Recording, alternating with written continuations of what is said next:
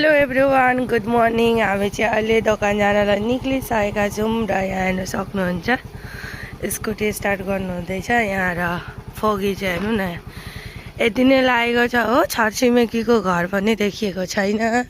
ला पाकिसक्यो मामा, good morning. Good morning. यता हामीको मामाजी हुनुहुन्छ, हाई भन्नु।